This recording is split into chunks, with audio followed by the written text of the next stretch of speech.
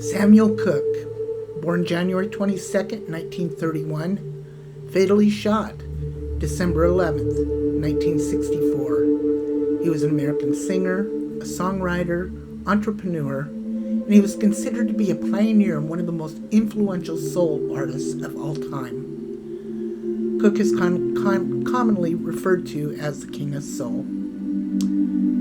He was born in Mississippi, and later he relocated with his family to Chicago, where he began singing as a child and joined the Soul Stirrers as lead singer in the 1950s, going solo in 1957.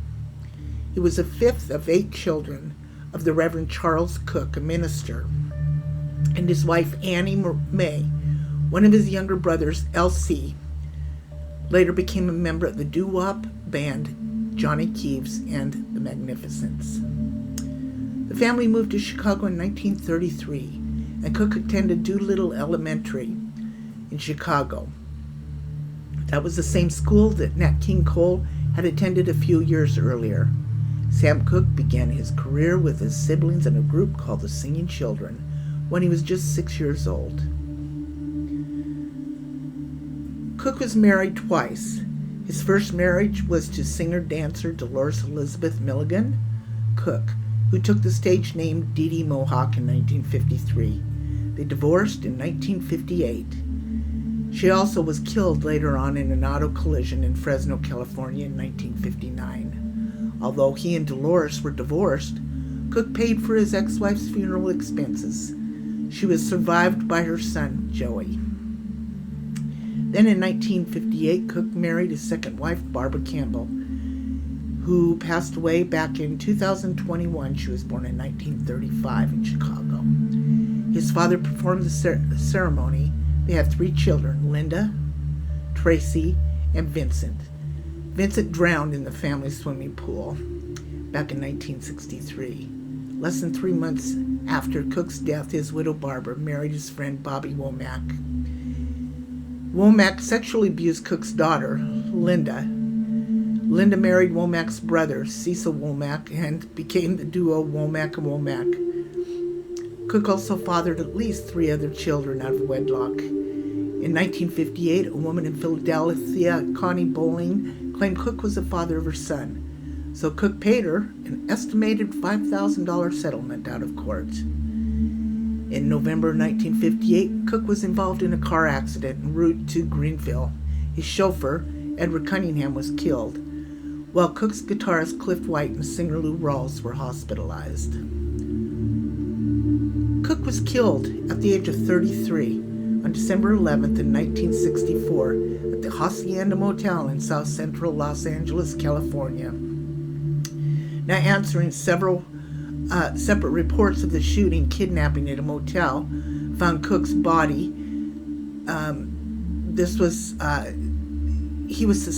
Cooke had sustained gunshot wounds to the chest, which was later determined to have pierced the heart.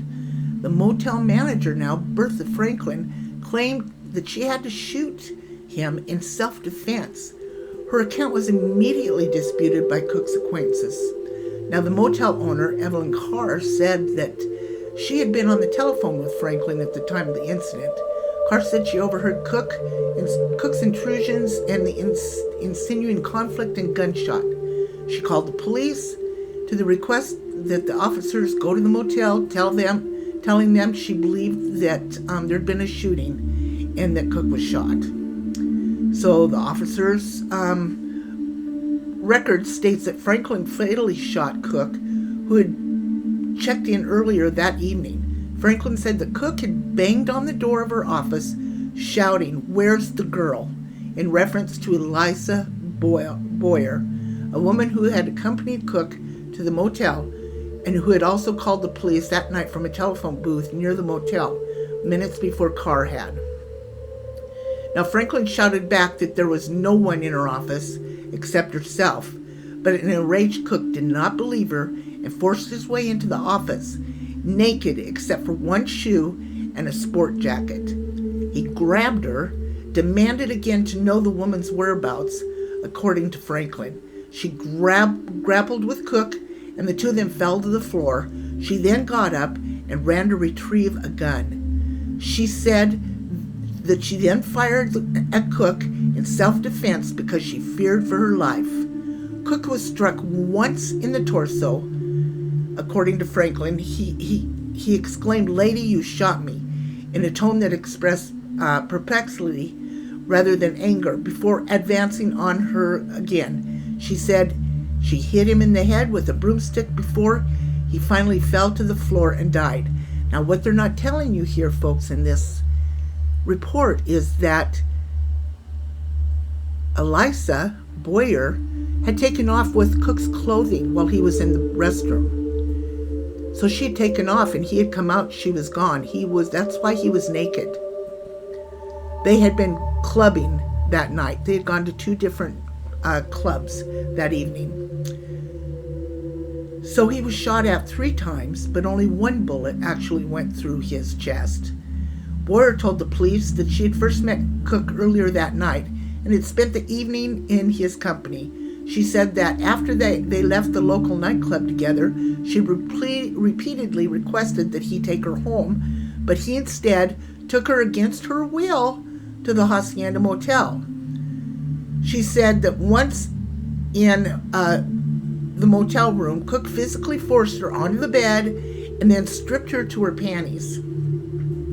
She said that she was sure he was going to rape her. Cooke allowed her to use the bathroom, from which she attempted to escape but found that the window was firmly shut. According to Boyer, now she returned to the main room where Cooke continued to molest her. When he went to use the bathroom, she quickly grabbed her clothes and ran from the room. She said that in her haste, she also scooped up most of Cooke's clothing by mistake. She said that she ran for the manager's office and knocked on the door seeking help. However, she said that the manager took too long to respond, so fearing Cooke would soon be coming after her, she fled from the motel room before the manager ever opened the door. She said that then she put her clothes back on, hid Cooke's clothing, and went to the telephone booth and called the police. Boyer's story is the only account of what happened between her and Cooke that night. However, her story has been long called into question. Inconsistencies between her version of the events and details reported by diners at Martoni's restaurant, where Cooke dined and drank earlier in the evening, suggest that Boyer may have gone willingly to the motel with Cooke and then slipped out of the room with his clothing to rob him rather than to escape an attempted rape. Cooke was reportedly carrying a large amount of money at Martoni's, according to the restaurant's employees and friends. However, a search of Boyer's purse by police revealed nothing except a $20 bill, and a search of Cooke's Ferrari found only a money clip with $108 and a few loose coins. What a shame.